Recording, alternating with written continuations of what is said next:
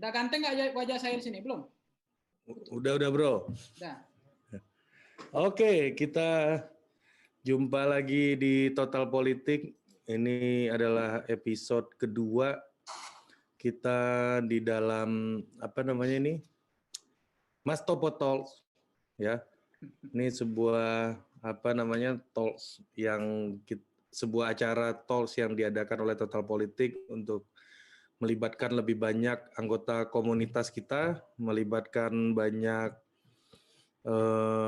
orang-orang yang tertarik dengan dunia-dunia politik. Sekarang kita udah bergabung di Zoom dan juga bergabung di live YouTube. Dan kita sudah kedatangan the one and only pengamat politik kondang yang menjadi milenial tervokal versi Indikator Indonesia. Saya perkenalkan saja langsung Bang Pangi Syarwi Caniago. Yes. Tervokal. Ya, tervokal udah kayak ini aja, penyanyi aja saya lihat. Di mana bro lihat tadi tervokalnya itu? Ya kan saya di media ada Bang, itu Bang. Versi ya kan? Versi Indikator Politik Indonesia. Saya menunggu itu versi Total Politik bro, belum ada. Pengamat terganteng dan terusia termuda gitu. Ya kayaknya Bapak Pangi nggak akan menang kalau versi saya. Oke, kita buat teman-teman di YouTube boleh langsung juga ingin menanya apapun silahkan dituliskan di live chat, juga nanti kita akan bahas. Di Zoom juga udah bergabung, ya bisa langsung menyampaikan pertanyaan-pertanyaannya dari pemaparan the one and only Pangi Syarwi Caniago ini. Ya Bang, saya serahkan aja waktu dan tempat kepada Bang Pangi. Mau diambil waktunya, mau diambil tempatnya, mau dikembalikan lagi ke saya, itu terserah Bang Pangi. Ya, yang jelas saya serahkan. Silakan menjelaskan tema kita hari ini, Bang. Mungkin nggak kira-kira kandidat kere itu menang pilkada gitu loh. Ini pertanyaan banyak orang sebenarnya. Apakah mungkin nggak orang yang nggak punya duit itu menang gitu? Nah gitu Bang Pangi, silahkan. Pertanyaan bro ini kayaknya udah masuk ke pertanyaan selesai pertanyaan malam ini. Memang rekor muri ini ya. Dan ini banyak ditunggu-tunggu oleh banyak orang ya. Karena ini kabar gembira bagi yang dompetnya kering bro, ya kan? Kalau memang ini ada kabar peluang kandidat kere dompet kering bisa menang pilkada, banyak yang berminat ini bro.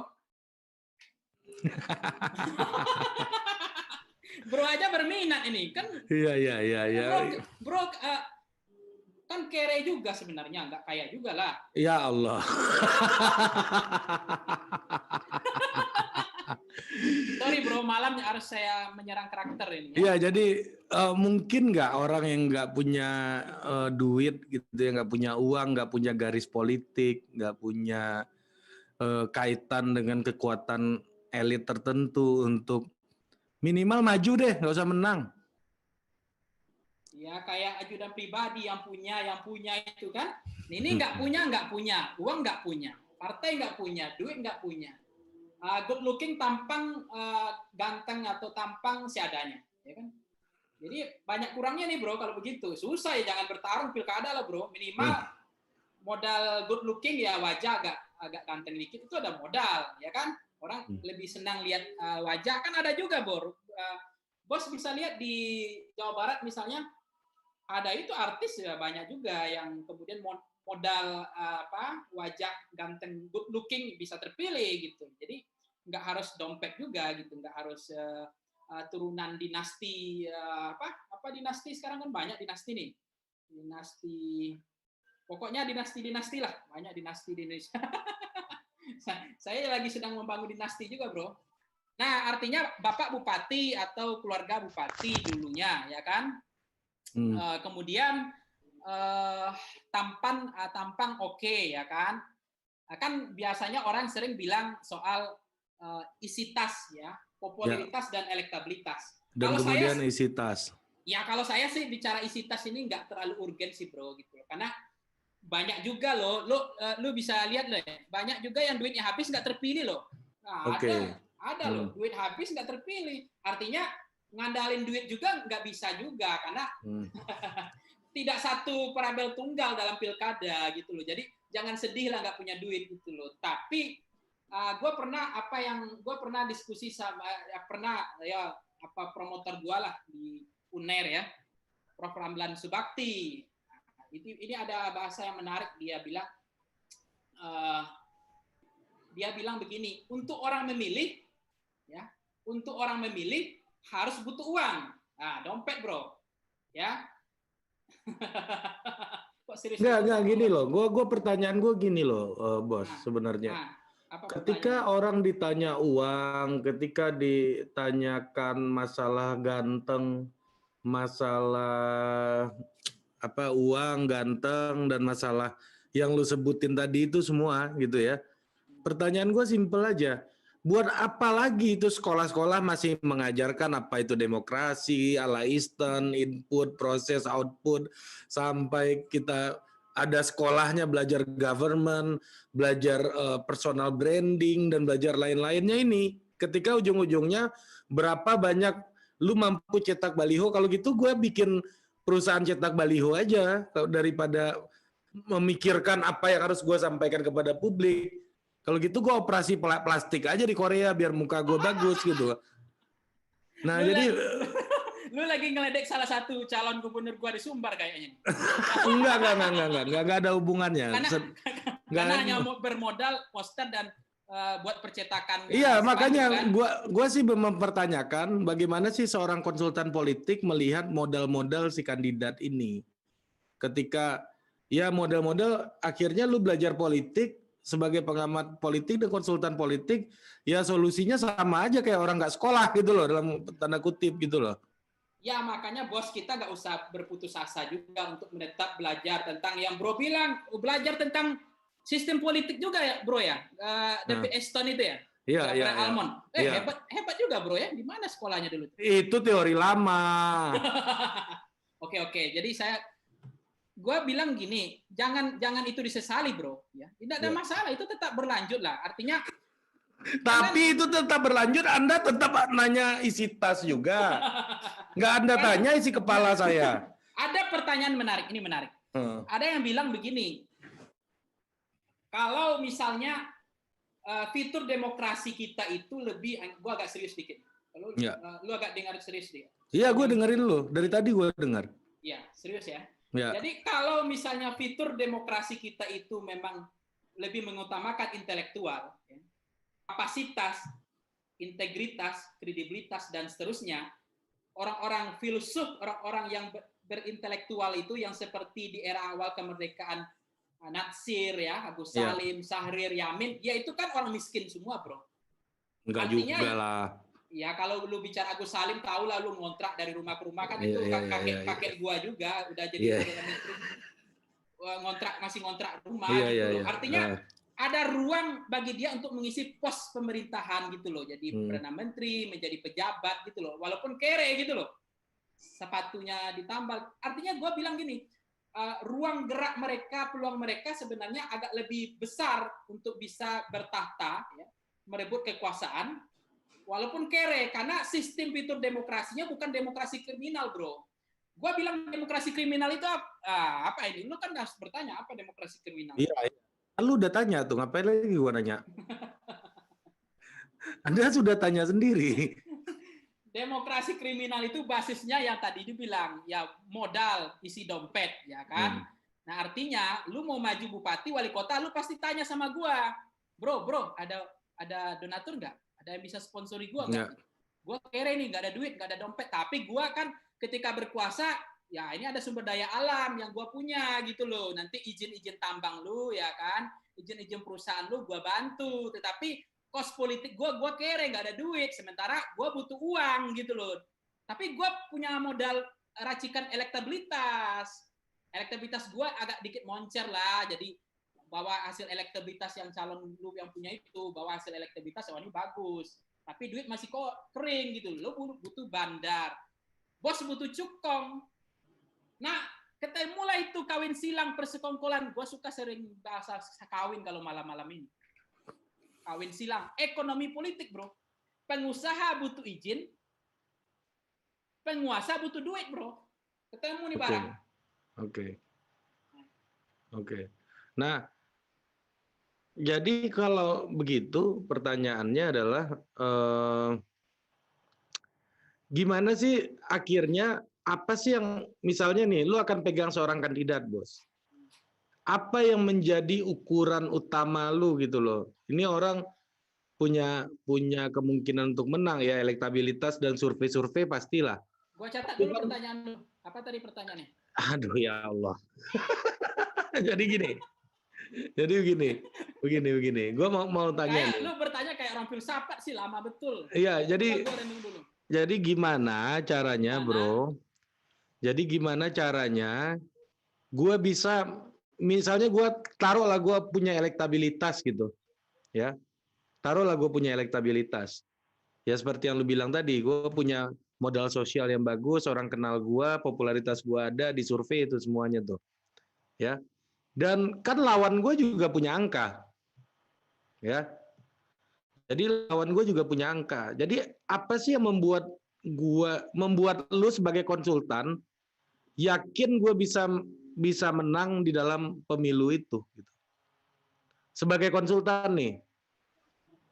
Jadi kalau gue tanya nih, Pangi, ini gue punya angka segini. Modal lu apa aja tadi? Ganteng ada? Iya, taruhlah. Ya, gue punya elektabilitas segala macam. Ya, apa sih yang membuat gue harus yakin kalau gue bisa melanjutkan pertarungan itu? Kan kalau konsultannya yang benar tuh ya, biasanya kalau konsultan politik benar, Bapak udah nggak mungkin menang, ya udah nggak usah maju aja. Nah kalau benar kan kayak begitu, direkomendasikan untuk tidak maju, direkomendasikan untuk jadi Bapak nomor 2 aja gitu misalnya kan. Ya karena survei Bapak udah jauh banget nih. Tapi di sisi lain ada orang yang bisa lo yakinkan juga, lu elektabilitas lu masih ada nih, walaupun kurang gitu ya. Tapi apa yang membuat dia harus go on? Apa yang membuat dia harus maju terus gitu? Lu sebagai konsultan nih melihatnya. Gua sebagai konsultan ya. Iya. Gua bilang sama lu, ya kalau lu jadi calon begitu, pasti gua bilang pertama tetap racikan elektabilitas, ada modal ya. Duit isi dompet ada dikit. Partai lu punya atau tidak? Punya, ya kan? Nah, arti lu punya bawa nilai-nilai nggak? Ada nilai-nilai yang lu bawa, gagasan, narasi. Nah, kalau lu punya pikiran, punya nilai-nilai yang lu perjuangkan, punya gagasan, gua masih optimis, harapan itu masih ada. Maksudnya ini kan pilkada itu dinamis, bro. Dinamis itu cuaca itu bisa berubah, apalagi Bandungnya masih jauh. Ada 6 bulan, 7 bulan. Artinya kan elektabilitas lu walaupun rendah, tapi kan ada tren kenaikan, ada pertumbuhan insentif elektoral lu tuh nggak deadlock gitu loh. Ada kemungkinan naik terus pelan-pelan ya. Pada satu titik bahkan bisa apa tuh? Kayak balap gitu loh, nyalip gitu loh. Kayak Valentino Rossi tinggal 7 lap itu, lu ngopi dulu. Valentino Rossi-nya mutar-mutar gitu loh. Maksudnya lu tertinggal jauh, tapi lu dengan ada nilai-nilai yang bos punya, gue yakin dari situ gue yakin ini barang bisa laku ini gitu loh, bisa menang. Gitu. Itu, lu bilang barang bisa laku. Apa yang membuat lu biasanya yakin? Contohin lu megang satu orang, gak usah sebut nama. Ya, apa contohnya? Ya, contoh. Cerita-cerita di kepala daerah misalnya banyak yang gue lihat secara ini elektabilitas dia rendah ya, rendah nggak terlalu. Tapi beliau ada yang dia tawarkan adalah dia bawa ide-ide, bro. Ide-ide ini menarik gitu loh untuk bangun daerahnya. Ada narasi, ada pikiran. Jadi tidak hanya modal tampang artis atau bukan gua bilang artis, maaf salah, boleh dikoreksi lagi. Gua bilang bukan hanya tampang dia terkenal gitu loh. Tetapi memang beliau itu punya pikiran-pikiran untuk membangun daerah tersebut. Nah di daerah-daerah itu ada tuh orang-orang begitu, bro. Ada yang ingin perubahan itu ada, tetapi gue tetap bilang ya nggak mungkin juga kosong, harus ada juga isi dompet, juga nggak boleh kering juga, tetap ada gitu. Tapi oke lah kalau mereka punya ada nilai-nilai, ide-ide, pikiran, gagasan yang dibawanya untuk membangun daerah tersebut, ya untuk memajukan masyarakatnya, saya pikir itu bisa dijual, bro, laku di pasar gitu. Oke. Lu tetap bilang bahwa gagasan ide itu penting, tapi pada ujungnya tetap kita perlu uang. Gua bilang begini, untuk orang memilih harus butuh uang, tapi tidak cukup hanya dengan uang saja, butuh sembako. Sembako juga duit, bos. Hancur Anda ini. Anda ini pengamat politik apa sih sebenarnya? Lu kan serius, maka gue Ya, buat serius. coba lu bisa bercandanya. contohkan nggak dari hasil analisis lu di sebuah daerah, di sebuah tempat entah di mana gitu ya, yang mana kandidat Kere ini berhasil menang gitu. Lu maksain ya. Ya nggak harus ini lo nggak harus klien lo bisa contohin lah orang Contohin ya. ya. Lu suka contoh sih, cerita-cerita aja lah. Ini kalau gua nggak kasih contoh, ini yang penonton kita ini ngamuk. Lu tahu nggak ini pertanyaan mereka ini ganas-ganas di WA. Ngeri gua sama penonton Total Politik ini, bos. Mas Topo ini serem-serem kalau nanya. Hati-hati lo.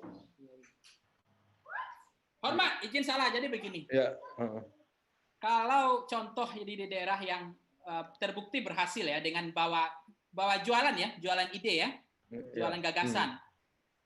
Makanya kalau saya bilang ada di cerita di sebuah daerah di Indonesia Timur, itu dia sang penantang, bro.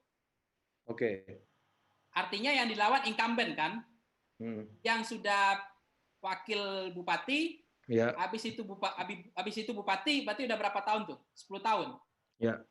Habis itu bupati, habis itu bertarung di situ, jadi di periode ketiga ya. Karena dia kan masih ada 1 periode lagi. Ya. Tapi kan orang sering bilang begini, yang namanya incumbent itu, ya katanya kalau incumbent periode kedua itu tidak perlu bekerja keras. Oke. Tidak perlu mengeluarkan kos uang yang terlalu besar dibanding periode pertama. Karena dia punya state resources. Ya, lu catat dulu. Ya. Kalau lu jadi udah lu catat tadi ya, dia tidak perlu mengeluarkan biaya besar, dia tidak perlu mengeluarkan kos besar karena dia incumbent. Ya. Dia kampanye politik, bukan kampanye pemilu. 5 tahun dia kampanye investasinya. Jadi kalau masyarakat bilang telah memberikan bukti, tidak memberikan janji. Lu ingat apa itu, pengadaan atau apa itu ya tagline-nya? Berikan bukti bukan janji. Oh, udah, Anda jangan terlalu random dulu deh. Langsung aja fokus dulu. Ya, nah itu ya. Itu bisa kalah, bro. Kalah dia karena apa? Karena approval ratingnya rendah, bro. Nah, jadi incumbent approval ratingnya rendah, kepuasannya rendah, tidak sampai 70%. Kalau dia di bawah 70%, itu incumbent bisa kalah, bro. Oke. Nah, kalau duit lu lawan sama duit, itu gak bakal menang. Duit nggak perlu dilawan dengan duit. Duit dilawan dengan narasi, ide. Apa yang membuat masyarakat tersiksa di sana? Sentimen itu yang lu ambil. Selancar lalu pada selera masyarakat, rakyat. Apa yang maunya rakyat butuh. Karena apa? Lu bisa lihat dari kepuasan yang artinya di bawah 70%, berarti ini incumbent kalah nih. Nah, lu nggak bisa lawan dengan uang. Kalau lu lawan dengan uang, lu nggak bakal bisa menang karena duitnya berseri gitu. Ya, duitnya nggak berseri. Iya, salah gue ya. Ya salah lah. Maafkan. Nah, artinya uang tidak perlu dilawan dengan uang. Uang bisa dilawan dengan integritas, bro. Dengan ide dan gagasan tadi. Nah, kalau lu nemuin nggak, misalnya gini, rata-rata di pilkada lu di seluruh Indonesia nih yang pernah lu dampingi, kalau lu lihat hasil survei, berapa persen sih rata-rata tingkat permisivitas terhadap money politik? Range-nya berapa?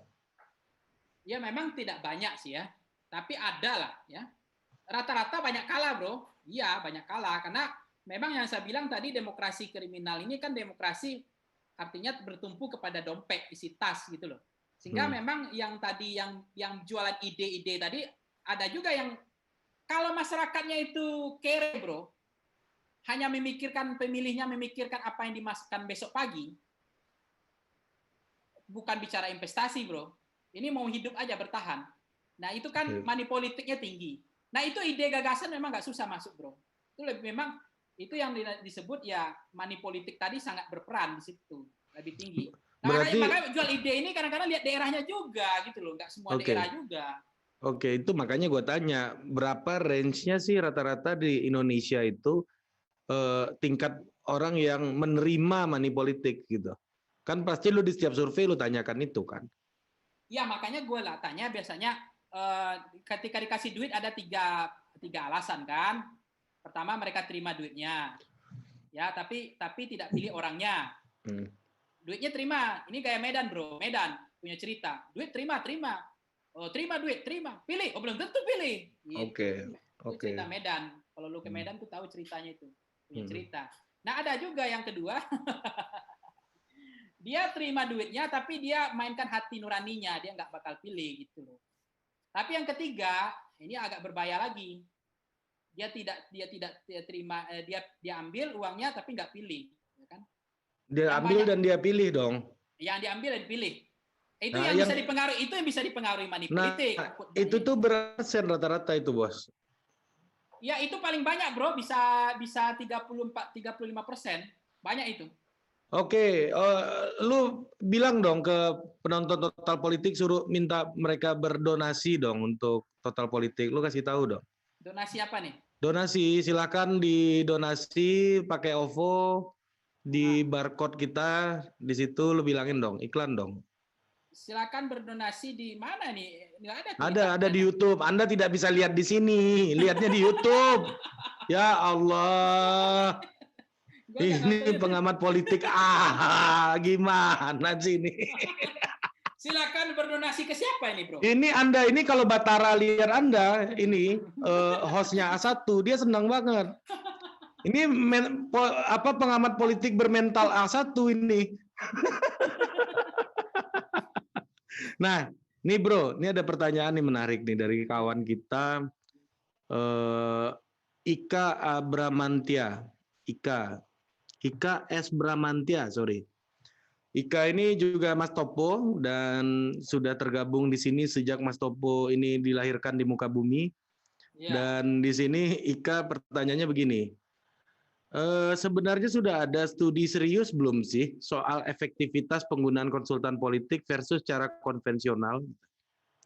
Ada nggak studi serius atau menurut lu gimana itu?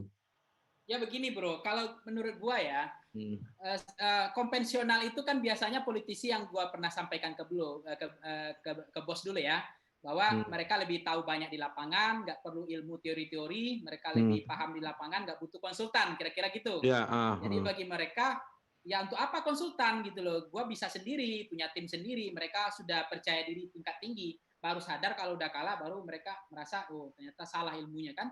Nah artinya, makanya gue bilang berapa efektifnya konsultan atau tidak dengan kerja konvensional. Pertama bro, bekerja tanpa data itu mahal.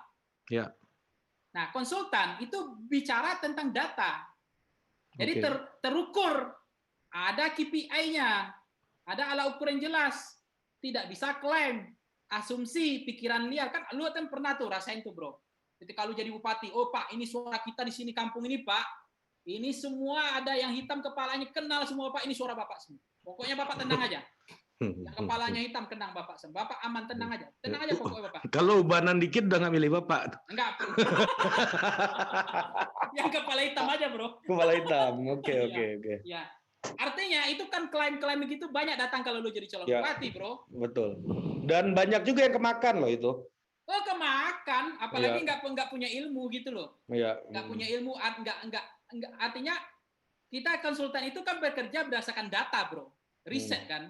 Jadi kita percaya di riset. Mereka mereka percayanya ke dukun, ya kan.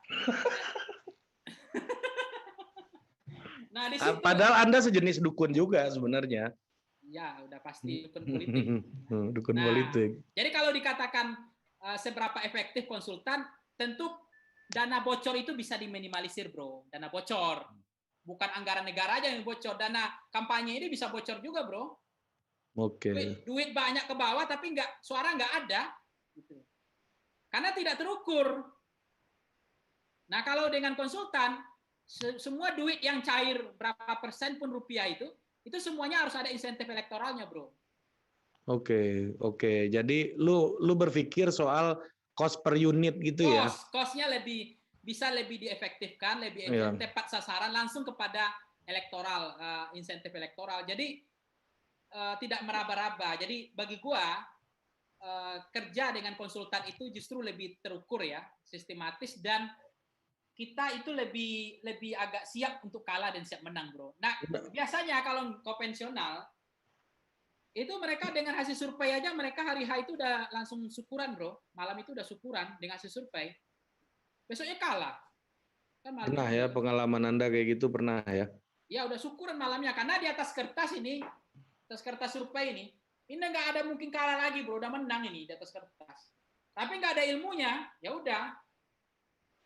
Nah, ini juga pertanyaan gue nih. Lu pernah singgung ke gue sebenarnya soal ini. Lu pengalaman lu mendampingi calon kepala daerah di seluruh Indonesia, ya. Itu rata-rata bupati sama wali kota itu biayanya minimum berapa sih? Yang lu dampingin aja, yang lu dampingin, bukan yang menang nih ya. Bos, mau jadi bupati ini kalau nggak kaya jangan, bos. Ini uang zakat, bos. Uang sisa ini. Lu jangan tertawa, bos. Ini makanya itu gue sedih. Bayar partai nggak ada duit, ya kan? Ini di luar mahar partai nih, di luar mahar partai. Oh iya, itu udah pasti minimal 8M lah ya. Itu minimal banget itu. Itu bayar partai? Bukan, kalau bayar partai tergantung partainya. Kalau partai seksi papan atas itu 350 juta satu kursi.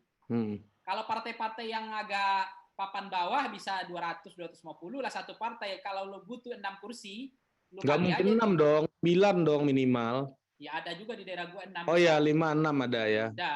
Nah, itu untuk partai aja habis 2M, bro. Oke, habis itu lu saksi lu bayar suruh anak apa? Lu bisa suruh bayar saksi siapa? Bos bayar siapa? Masa bos dibayar oleh rakyat saksi? Nah, saksi kali TPS. Satu saksi itu berapa? 200.000 kan? Nanti nasi bungkusnya lagi. Kan nggak mungkin partai yang mengeluarkan itu. Iya. Nah, itu baru partai sama item saksi. Habis itu biaya ngopi-ngopi, bro. Ya. Lu ngopi habis itu nggak traktir orang, lu dibilang sinting, gila nih orang calon bupati ngopi aja nggak dibayar. Betul. Gila, lu dibilang gila jadi bupati.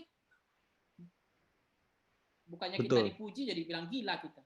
Apalagi iya, kalau lu bayarin, biasanya gue pernah menemani beberapa kawan yang menjadi calon bupati gitu ya. Kalau lu bayarin, tiba-tiba di akhir tuh lu udah dapet deal macam-macam tuh. Rokok 1 slot, ini segala macam. Ini kapan makannya ini? Kapan pesennya nih orang-orang ini? Lu pernah ya pengalaman gitu ya? Iya, gue pernah pengalaman kayak begitu. Dulu waktu masa-masa masih sebelum jadi konten kreator. Belum lu ngakali gimana kalau orang minta semen 10 sak, lu bisa nggak ngakali? Ya gila, udah kayak toko material, bos. Orang minta semen tuh sama toko material, jangan mau calon bupati. Belum minta jilbab, minta apa dana ada BPJS yang nunggak, lu harus selesaikan ya kan. Kemudian iuran sekolah. Oh itu BPJS tuh gue udah pengalaman tuh. Gue ngelihat depan mata kepala gue BPJS beberapa kali ada calon bupati yang nyelesain tuh. Kalau uang apa? Ada juga, Pak, anak saya butuh seragam, itu kan ada. Nah, lu hitung lah itu udah berapa triliun, udah berapa miliar itu seragam, ya BPJS, belum listrik lu nggak bayar. Iya bro. Ini anak lu habis itu kemudian ada yang melahirkan, bro. Wah, melahirkan. Kemarin tuh ada cerita begini, kawan gua bos naik ngelihat bapak-bapak jalan kaki sendirian. Yes. Mau kemana Pak? Mau ke sini katanya. Oh ya udah numpang aja di mobil saya, dinaikin ke mobil. Ini calon bupati nih, kawan nih. Pas diturunin dari mobil, kawan ini langsung pulang kan, langsung pulang. Habis pulang, nyampe beberapa hari kemudian dia telepon, dia kasih nomor telepon, nih telepon saya Pak, kalau Bapak mau apa-apa silakan dikontak aja gitu katanya kan. Yes. Nah pas besoknya tiba-tiba telepon, hoi bro katanya kan. Iya. gue butuh duit nih 9 juta buat benerin kapal. Makanya nyesal ngasih nomor itu. Pak Tobat ngasih nomor itu. Dan 9 juta. it happen gitu loh, yang kayak begitu gitu. Nggak, maksud gue gini bos, kapan sih seorang kandidat harus meladeni permintaan dari konstituennya menurut pengalaman lu kayak gimana? Dari calon pemilih gitu. Kapan ini perlu dilayani nih, ini enggak. Kan lu sebagai konsultan punya kualifikasi bos. Kalau proposal ini lu jabanin aja walaupun mahal nih, valid suaranya nih. Kalau yang beginian nih, balap keong nggak perlu lu ladenin, biar aja dia balapan sendiri gitu. Nah, kira-kira menurut lu sebagai konsultan, apa perhitungan lu, Bos? Ya skala prioritas saja. Artinya tentu tuh harus di itemnya itu harus dicermati, ini perlu, ini enggak, ini bisa diakali, ini masih bisa kayak orang melahirkan tadi bro, itu nggak mungkin perlu tolak lah ya. Dia mau melahirkan anaknya. Kemudian ada bantuan masjid, lu anggap itu zakat, lu kasih aja ya. Karena itu zakat itu. Maka gue bilang tadi kalau lu bertarung bicara balik modal, jangan jadi bupati, itu bahaya. Bahaya itu kalau lu bicara mau bupati lu balik cerita balik modal, gimana mau jadi bupati lu cerita balik modal? Ini kan pengabdian. Maka kalau lu mau jadi bupati, bos mau jadi bupati, menurut gua ya, itu uang zakat, jangan bicara balik modal. Ini yang rusak demokrasi kita. Kenapa? Ya kalau perspektif kayak lu, gue nggak akan, kalau orang kayak gue nggak akan mau jadi pejabat, bro. Iya. Pertanyaan lu belum gua jawab ya? Iya, jawab dulu dong. Ya, itu artinya kan mana menjadi skala prioritas, mana yang enggak. Karena kalau lu nggak hati-hati itu mengelola, itu lu nggak bisa ngatur napas, bro. Mati sendiri lu nanti. Iya, betul. Belum lu pemilihan, duit udah habis, bro. Posko udah bubar. Posko nggak ada bisa makan lagi orang di posko. Bubar posko. Hancur. Nggak, maksud gua. Ya gimana caranya membangun skala prioritas itu? Apakah sesuai dengan basis dukungan utamanya atau menjadi target dukungannya atau seperti apa sih menurut lo? Ya artinya itu harus dipastikan bagaimana artinya yang dana yang lu keluarkan, yang bos keluarkan itu menurut gua sih betul-betul ada dampak elektoralnya. Jangan sampai kemudian bocornya lebih banyak gitu. Jadi artinya begini, ketika orang dikasih sembako, bantuan bos, ya, uang atau apa, itu memang tidak menjadi faktor tunggal ya. Ada juga yang misalnya incumbent di salah satu daerah yang saya bilang tadi nggak butuh biaya yang besar. Kalau lu cita tadi biayanya besar, ya, biaya partai 2M ya, biaya saksi habis sekitar 2M juga. Biaya spanduk, cetak spanduk, baliho, apa namanya alat-alat peraga habis sekitar 2M ya kan. Kemudian biaya ngopi-ngopi ya, makan-makan habis juga 1M. Biaya lu duduk harus traktir orang, ada bantuan ini, kalau lu nggak kasih lu dikasih orang gila, ini orang gila. Lu ceramah panjang-panjang bro, ya ceramah panjang-panjang banget di situ, kata pengantar lu bro itu berapi-api, beribu-ibu mulut lo, dan semua yang hadir di sana terhipnotis. Tapi lu kemudian lu bilang terima kasih ya sudah datang pada acara ini. Lu bilang bro, lu gila ya, calon gila. Tapi ada calon bro di sebuah daerah tersebut, dia nggak perlu ngomel-ngomel banyak, nggak perlu banyak bicara bro. Nggak bisa ngomong, bahkan pamannya suruhnya ngomong. Dia yang jalan calon bupati suruh pamannya ngomong, dia nggak bisa ngomong. Dia tinggal bilang bro, ini berapa semua kepala di sini? Tinggal dihitung aja. Ini gua buat 250.000 per kepala. Weh bilang bro, ini baru hebat nih calon bupati. Yang tadi tuh orang gila jadi bupati, suruh kita kasih ceramah-ceramah aja. Nah gitu artinya kalau gua cerita tadi itu, ada juga calon incumbent sebuah daerah, gue cerita ya, itu memang beliau itu sebenarnya memang di kos politik nggak mahal ya, karena ke periode kedua dia modalnya hanya tidur di rumah-rumah warga bro. Jadi selama setiap minggu itu dia tidur di masjid, di surau, ada tempat preman-preman, dia tidur di sana pakai motor. Itu bukan 1 bulan bro, 5 tahun tidur di rumah-rumah warga, ngopi-ngopi. Habis itu, bro, besoknya mau pemilihan, dia nggak mau ngeluarin duit, bro. Dia bilang, gue nggak mau tersandra KPK, gue nggak mau ngeluarin biaya. Kalau mau ngeluarin biaya, biar wakil gue aja. Gue nggak usah lagi. Supaya gue merdeka, gitu loh. Apa yang dibilang Presiden Jokowi. Gue ini udah merdeka, gitu. Gue ini udah bebas. Nah, akhir cerita, dia berkirim surat lah berkirim surat ke semua rumah-rumah pemilih yang pernah dia kunjungi. Dia bilang dalam suratnya itu, hari ini saya tidak bisa membantu Bapak apa-apa, tetapi saya sudah memberikan bukti, saya hadir di rumah Bapak, saya mau mendengar suara itu. Dengan surat itu, bro, semua orang tetap menerima duit, bro, dari bantuan yang lain, calon lain, ada serangan fajar, itu duit diterima. Tapi hatinya, bro, dia empati gitu loh, sentimennya dapat. Bagi dia, ini bukti gitu loh, dia sangat dekat dengan rakyat. Sehingga akhirnya dia terpilih. Dia modalnya berkirim surat saja ke klien-klien dia tadi. Oke.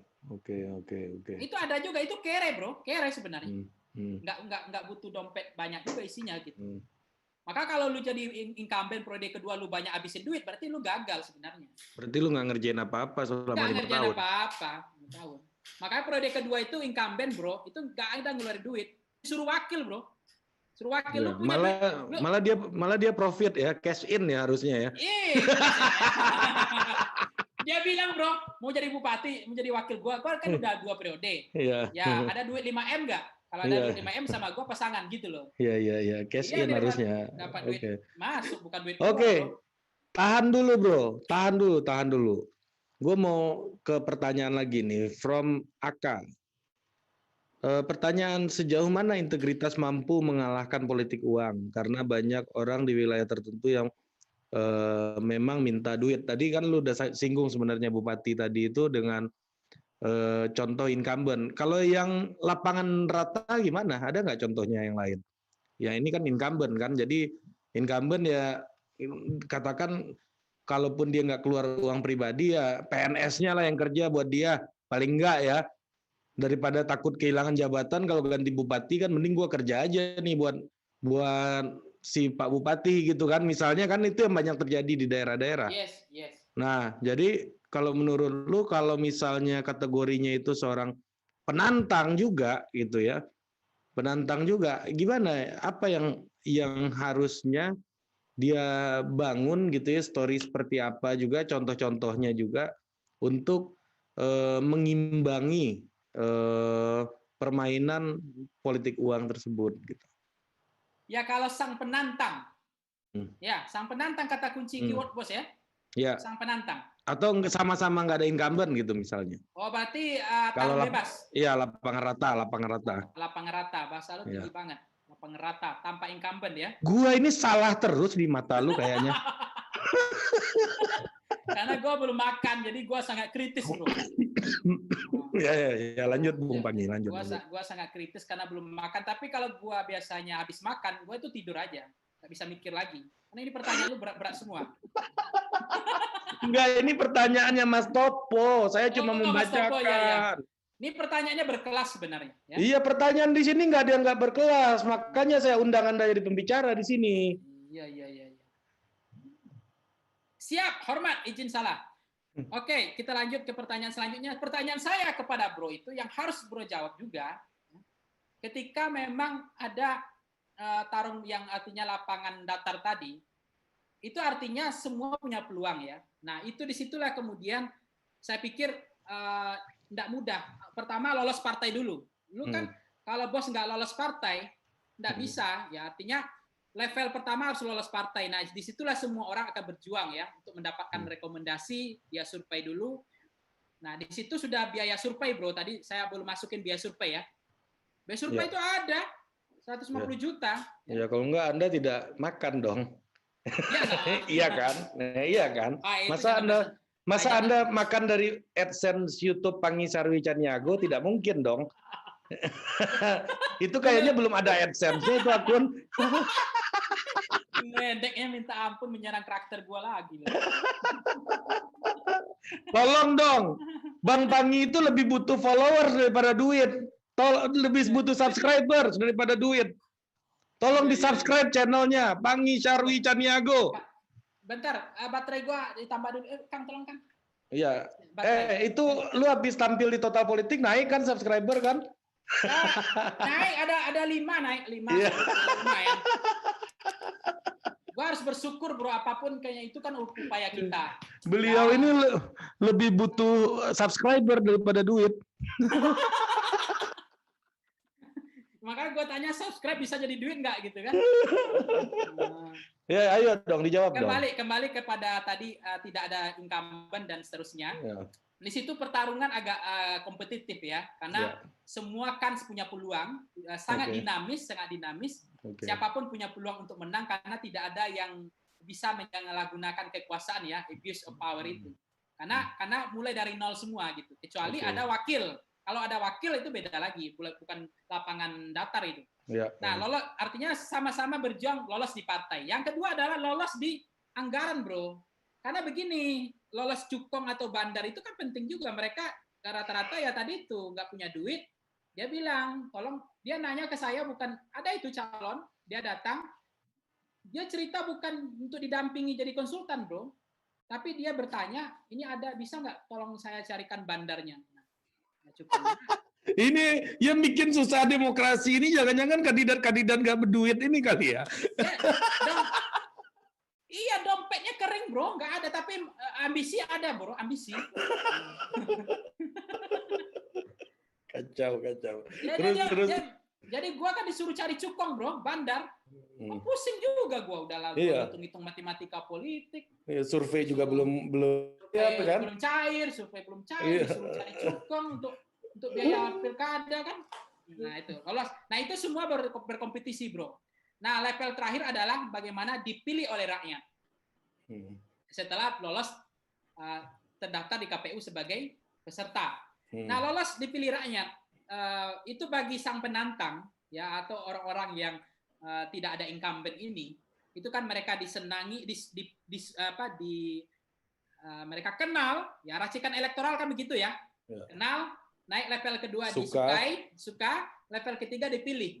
Nah, ketika semua calon yang tadi bos bilang lapangan datar, ini sama-sama berat pekerjaan mereka.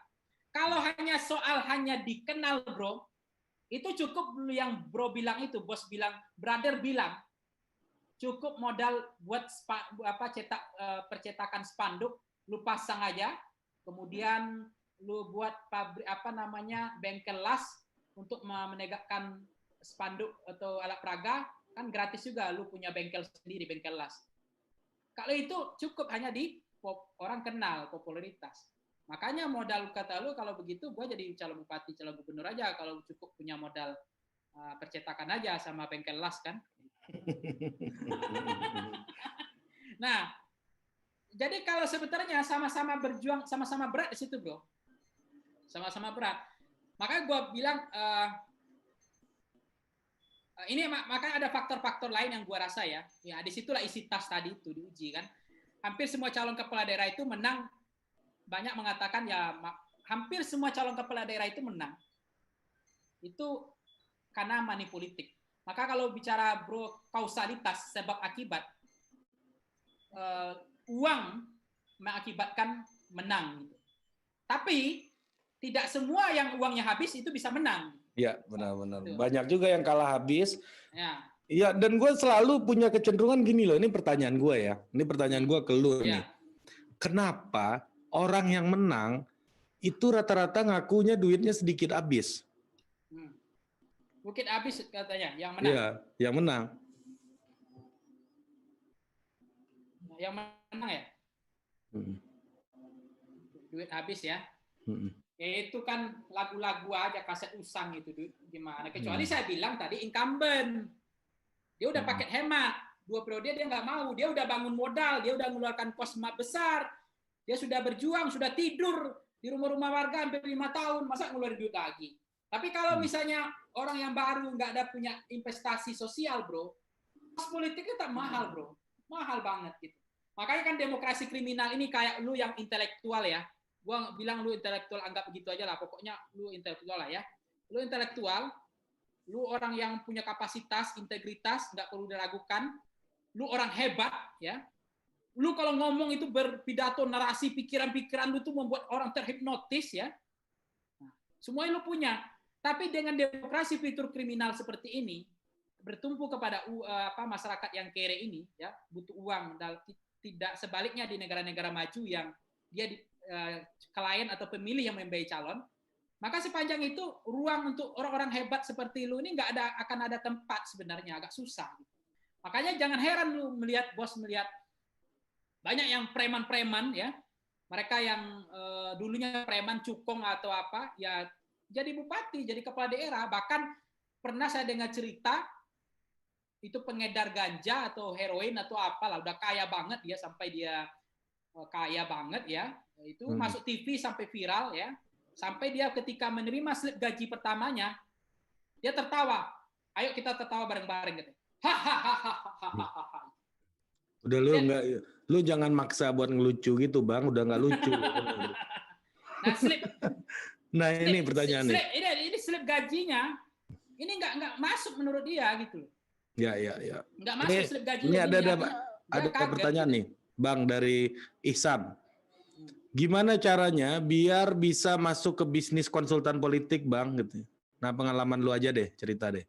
Ya kalau bisnis konsultan politik ini kan ini kan soal marketing politik sama dengan orang butuh ya. Apa maunya kita mau masuk ke dunia itu tergantung segmennya tetap ada ya. Makanya tergantung kita bagaimana kita meyakinkan klien itu pasti harus ya. Yang kedua, masuk ke dunia konsultan politik ini pekerjaan yang tidak mudah ya.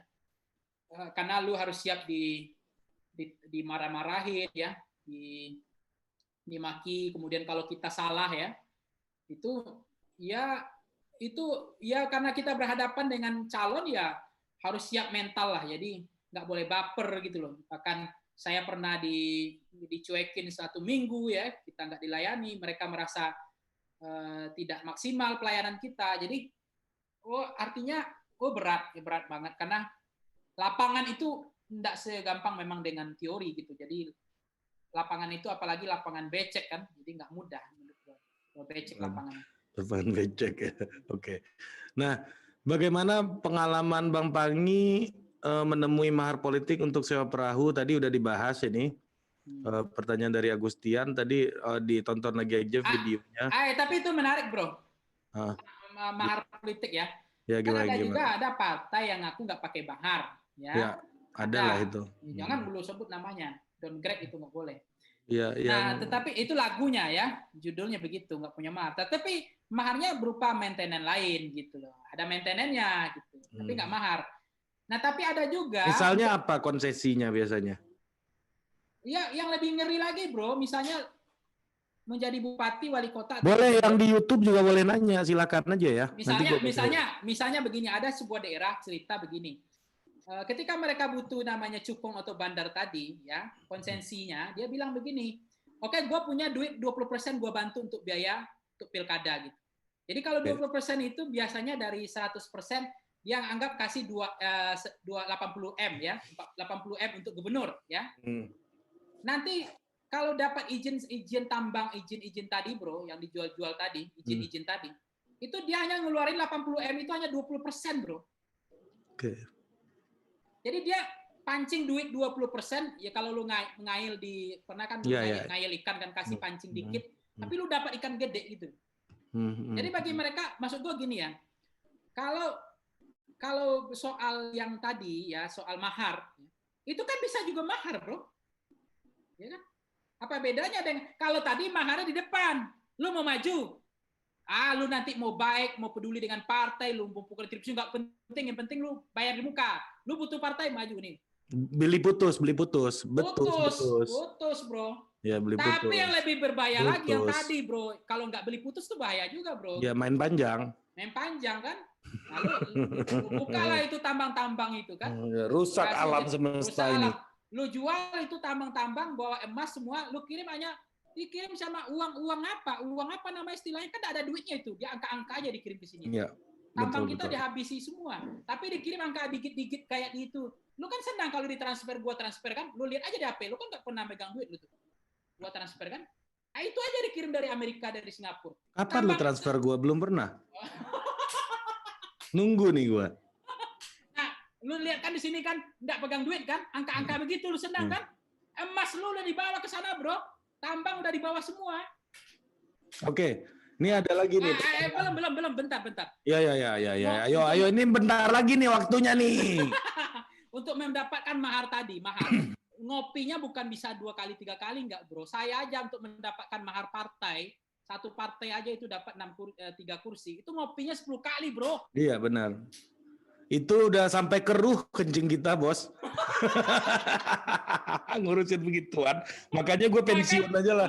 Pensiun gue, udah gak mau gue pensiun dini gue dari dunia kayak begini. Bahkan ada yang mau ketemu, ya. Itu langsung kos politik, bro. Yang mau ketemu ya bayar 10 juta dulu. Ini belum jadi barang. Gue mending lah gue diskusi sama kawan-kawan Mas Topo ini aja. Biarpun kering kencing kita buat diskusi ada manfaatnya, bos. Subscribe kan udah lumayan. Iya. Amin. Nah, sedih kalau bicara subscribe. Terus gini, mungkin nggak sih kandidat ini dari Adil Putra, mungkin nggak sih kandidat Kere dapat harga diskon bila meng-hire Bang Pangi untuk jadi konsultan katanya? Ya kalau gua kan. Nah, gua ganti pertanyaannya gini deh, gua coba lebih perdalam pertanyaannya ya. Jadi intinya sama kayak Adil. Lu gimana sih lu melakukan pricing terhadap klien lu? Apakah lu main hantam kromo aja samain semua orang? Atau lu lihat orangnya kayak gimana, ada value, mungkin ke mantan aktivis akan beda sama pengusaha, atau kayak apa sih lu melakukan pricing? Ya soal pricing kita banting harga juga bisa, bro. Tergantung cuaca itu. Jangan apalagi dia kalau ingin profesional tentu tidak ada yang murah, ya kan? Ya, Mana ada lu cerita barang-barang murah itu bagus kualitasnya, itu kan lagu aja. Belum tentu juga, bos. Ya, makanya kalau iPhone gua ini begini-gini kan, tapi kan harganya, tapi kan kualitas ini nggak pernah memori penuh, ya kan, nggak pernah hang gitu loh. Jadi kalau ingin dapat yang bagus ya harga mahal gitu kan. Tapi menurut gua gini, ya memang nggak bisa dipukul rata juga. Kadang-kadang ada juga yang datang dengan wajah sedih, bro, gitu kan. Dia nggak tahu konsultan ini hidupnya lebih sedih lagi ya.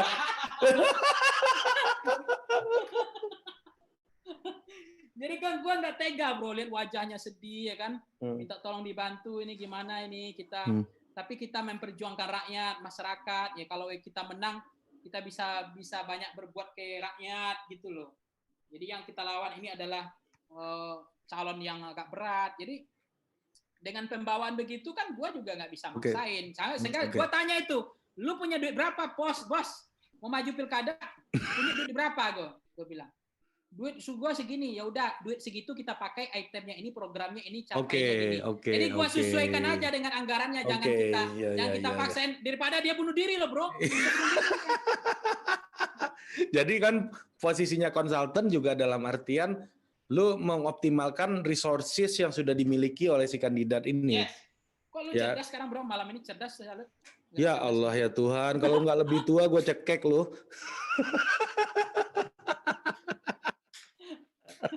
Nggak, itu bercanda. Penting gue udah berhasil. Ya, jadi gitu. Ini ada pertanyaan lagi nih dari Ika. Ika ini kan memang ngeri nih Mas Topo, ini pertanyaannya nih. Sakit kepala nih Pangi Sarwi Caniago habis ini nangis nih. Gak mau lagi gitu. Pangi Sarwi Caniago habis malam ini tidak mau lagi diundang Total Politik gara-gara pertanyaan-pertanyaan Mas Topo ini. Kita bikin dia kapok. Ini ada Mas Topo, Nia Nikur. Hai, izin tanya ya, mana yang lebih berpengaruh dalam tingkat keberhasilan kandidat di level daerah? Satu, dinasti atau besarnya uang. Jadi dinasti ini yang udah membangun terah dan sejarah bertahun-tahun, ya. Ini menarik nih. Ini yang by blood, by tradisional, dia punya kekuatan milisia gitu ya. Kayak misalnya ada di satu daerah dia bahkan punya private army, bos, gitu kan. Punya warlord gitu. Atau kekuatan modal. Menurut pengamatan lu gimana? Kadang-kadang orang kaya kan belum tentu anak siapa-siapa kan gitu. Iya. Ya kalau soal melawan dinasti tentu tidak mudah juga, bro. Karena dinasti ini kan ibaratnya itu melawan orang yang tidak dinasti aja itu udah beda. Misalnya gini, ada di salah satu kabupaten di Sumatera, itu bapaknya bupati. Habis itu 2 periode. Habis itu digantikan oleh ibunya bupati 1 periode. Habis itu ibunya jadi ketua DPRD, baru anaknya melanjutkan jadi bupati. Habis itu kucingnya, habis itu anjingnya. Tapi enak loh, bro, dinasti itu. Iya, enak lah. Lo jadi gimana nggak enak, bos? Enak kok. Kita jadi bupati, istri jadi ketua DPRD. Nah, Kemudian gua di total politik aja jadi politik dinasti di total politik udah seneng gua. Apalagi di pemerintah. Enggak bercanda. Ya artinya kalau melawan dinasti itu memang nggak gampang. Karena kan begini bro, kalau di salah satu di Sumatera cerita gua itu dia ibarat kain sarung bro. Dinasti ini dia putarannya di situ-situ aja, di lingkaran-lingkaran itu aja. Jadi kalau bertarung nanti ini giliran ini menang, besok giliran ini yang menang. Tapi dua dinasti ini yang bertarung terus. Itu sampai cucu ciciknya, bahkan yang tadi itu mereka udah membangun dinasti itu lama sekali. Jadi melawan dinasti, kemudian ada tokoh baru ya, tidak punya dinasti, tidak beliau punya yang bro bilang tadi, itu masih ada peluang, tapi memang nggak gampang. Makanya gue kan dulu orang alergi dengan dinasti Atut ya. Lu pernah ingat nggak dinasti Atut kan? Tapi sekarang setelah MK membatalkan ya pasal berapa itu MK membatalkan ada di sini tuh artinya memutus mata rantai memutus 5 tahun. Jadi jedah dulu kalau incumbent. Jadi kalau misalnya bapaknya jadi bupati sekarang, anaknya maju nggak boleh dulu, 5 tahun lagi baru bisa memutus mata rantai itu, garis ke bawah, ke samping dan ke atas. Nah, itu membuat fair gitu loh. Tetapi kalau menyambung terus, bro, ini kan bapak, istri, habis itu anak, habis itu jatuh lagi ke mertua atau apa, nggak tahu saya. Apalagi mertuanya ketua kejaksaan, ya. Kemudian dia DPRD, istrinya, dia bupati. Wah, selesai, bro. Penyidik, polisinya, anaknya. Selesai republik ini. Kita buat aja dinasti bareng-bareng, bro. Saya juga sepakat. Nggak ada, kita bukan negara demokrasi sebenarnya. Karena kan kita awalnya kan ini kerajaan, bro. Monarki kan. Apalagi tidak ada aturan yang melarang gitu. Tapi sayang sih melawan dinasti politik itu bagi petarung, bagi sang penantang yang nggak punya modal ya, duit terbatas, yang duit seadanya tadi. Saya pikir peluangnya tetap ada. Tapi pertanyaan tadi, apakah mungkin mengalahkan dinasti yang sudah kuat itu? Memang itu butuh keajaiban juga, nggak gampang. Ya, berarti lu mau bilang bahwa sebuah kekuasaan yang sudah berjalan bertahun-tahun by blood, by history, itu jauh lebih powerful daripada duit ya dalam pilkada. Karena dalam pilkada itu ya semua orang punya duit gitu. Ya kan seperti yang kata lu tadi, seleksi 1, seleksi 2, seleksi 3 itu mengharuskan lu memang sebagai seorang kandidat, sebagai tokoh yang punya duit gitu. Nah, oke. Pinter nggak gue? Udah cocok belum gue jadi pengamat politik kayak lo? Itu masuk lu betul-betul masuk luar biasa. Gitu. Gue nggak nyangka lu kayak gini tuh, narasinya keren banget. Lu ada kontak-kontak nggak sama presenter sering masuk TV? Ngeledek lagi, gue kenal lagi gue. Nih, ada Fuad. Fuad, gimana suasana kompetisi antar konsultan atau think tank politik sih? Nah, misalnya lu tahu nih, di sana itu ada Bang siapa, Bang Hasan gitu misalnya. Di sana ada Mas Saiful, ada Om Saiful. Nah, Pangi ada di sini. Lu pernah ngerasain suasana gitu? Gua pernah merasakan itu. Ini menarik deh. Gua pun pernah nanya ini ke forum nih. Di forum nih kepada orang. Gua tinggal dia kan ketika yang ini pasang lembaga ini, yang calon ini pasang ini. Saya yang ini calon ini pasang lembaga ini. Itu pernah gua rasakan. Tapi gue kan yakinnya begini, ke calon bupati gue harus gue yakinkan bahwa kemarin tuh saya bilang itu datang calon itu dari informasi yang gue dengar dari calon lain, dia sangat kesal dengan lembaga konsultannya, duit udah terima kerja gak beres, duit cepat tapi nggak ada beres. Karena saya bilang itu makanya benar ibu sama saya, karena kita ini betul-betul mendampingi ibu sampai ke WC aja kita dampingi, kita temani masuk pintu WC. Betul-betul maksimal kita dampingi, kan ada satu orang yang selalu mendampingi bupati wali kota itu kemana-mana. Nah, karena klien kita batasi, mereka itu ngambil klien banyak, nggak fokus kayaknya, sehingga tidak terurus itu calon-calon itu. Dia bilang, Voxpol memang saya beruntung banget punya Voxpol lembaga ini. Ya, Anda mau promosi lembaga Anda di sini? Iya. Gue akan kerja gue secara tidak langsung mendongkrek lembaga lain. Gitu. Memang banyak yang tidak terurus karena terlalu banyak ngambil klien. Gua ngerti maksud lu ini. Ini kayak kalau kita pulang kampung itu Bang, biasanya kita itu makan pasti di restoran-restoran kecil. Iya. karena rasa dan pelayanannya lebih personal. Kalau restoran gede kan dia udah terlalu besar gitu ya, sehingga lu tidak terlayani dengan baik Ya. gitu. Lu kok pintar cari-cari istilah apa namanya simulasi kayak gitu ya, pintar sekali lu lihat saya. Iya, kalau gue pinternya kayak lu, nah lu pasti udah kehilangan klien. Ya.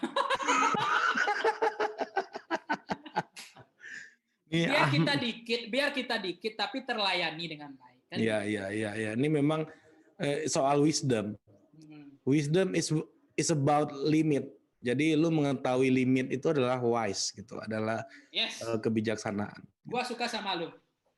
Nah ini Ahmad Mujakir, bagaimana persaingan antar think tank politik? Apakah Anda tim tertentu yang dianggap sangat superior? Nah itu loh, di antara think tank gitu, ada nggak orang-orang yang gini, dianggap superior? Bagi gua nggak ada yang superior sih, karena ini gua suka kayak lu nih. Gua kan sekali-sekali harus merendah juga, bro. Iya, sekali-sekali. Kan jamnya jam 8 malam ke atas, gua harus merendah lagi. Nggak boleh terlalu tinggi hati gitu loh. Jadi maksudnya gua tadi nggak ada yang superior, karena begini, antara sebuah lembaga dengan lembaga lain itu kan saling kenal sebenarnya. Jadi kita itu dengan lembaga ini kita kenal orangnya, masuk lembaga ini kita tahu orangnya. Jadi itu muter-muter di situ aja, bro. Jadi nggak mungkin juga begitu masuk lembaga ini kita tahu orangnya siapa gitu. Jadi antara kita itu sudah saling kenal sebenarnya. Jadi ketika ada di sebuah daerah ini masuk lembaga ini, konsultannya ini, kita sudah paham siapa think tank-nya gitu. Dan bahkan udah ngerti gaya permainannya ya. Oh, ngerti. Kalau si ini pasti gayanya kayak gini nih.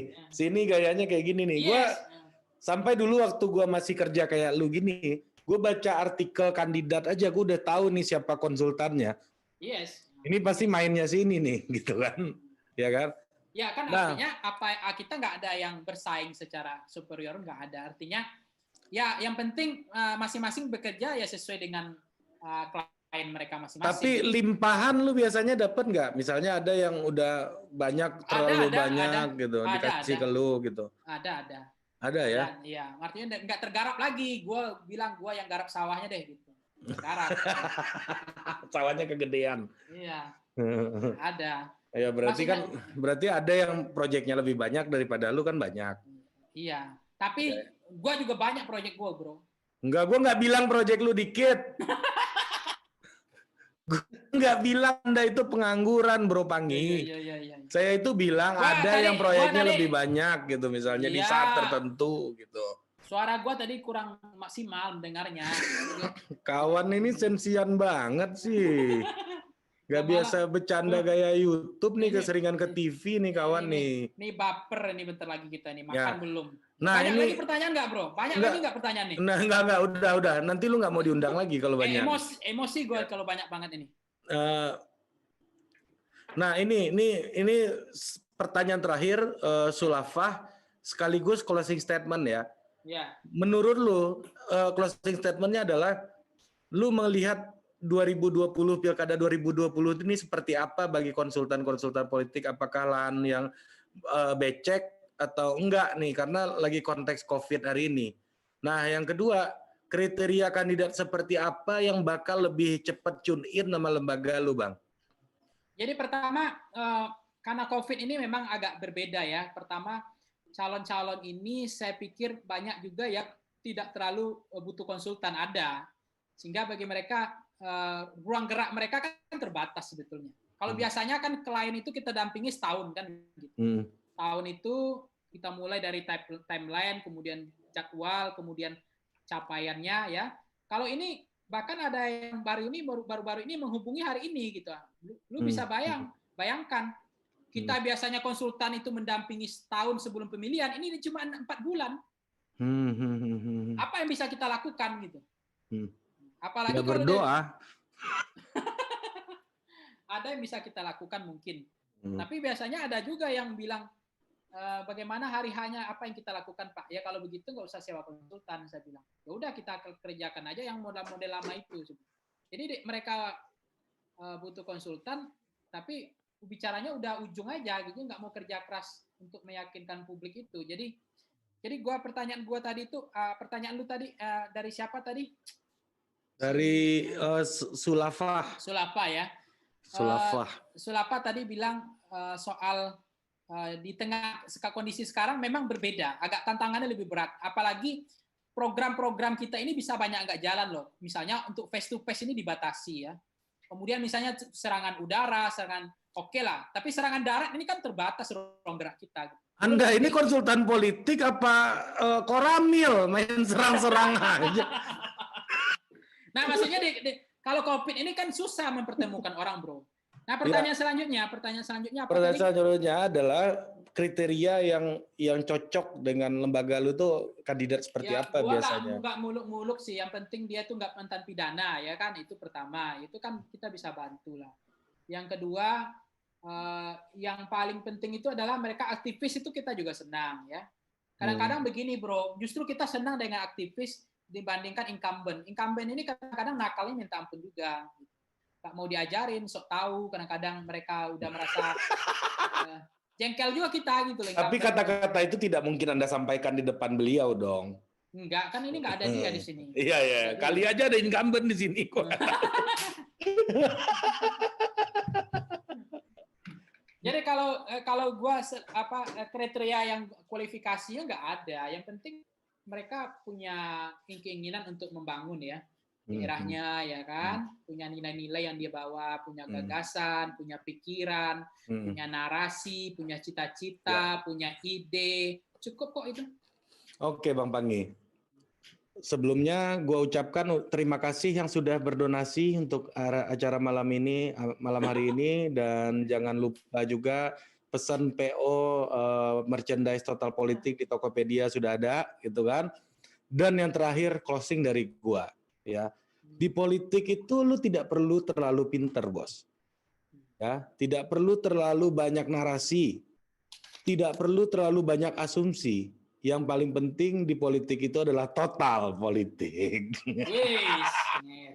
Gua catat dulu jadi tagline. Ya, terima kasih Bang Panggi sudah bergabung malam ini. Sukses untuk 2020, Pilkada 2020 dan YouTube channelnya. Beliau ini kayaknya lebih butuh subscriber daripada klien. Jadi subscribe channelnya. Kok lu tahu, bro? Tolong dibantu ya. Itu gue bentar lagi gue bisa bunuh diri loh kalau nggak capai 200 itu. Oke, thank you. Kita jumpa lagi di Total Politik berikutnya. Oke. Makasih, bro. Makasih teman-teman yang udah bergabung di Zoom juga. Buat yang nanti tertarik gabung ke Zoom, silakan aja ikut di Mantap Portal Zoom ya. Terima kasih.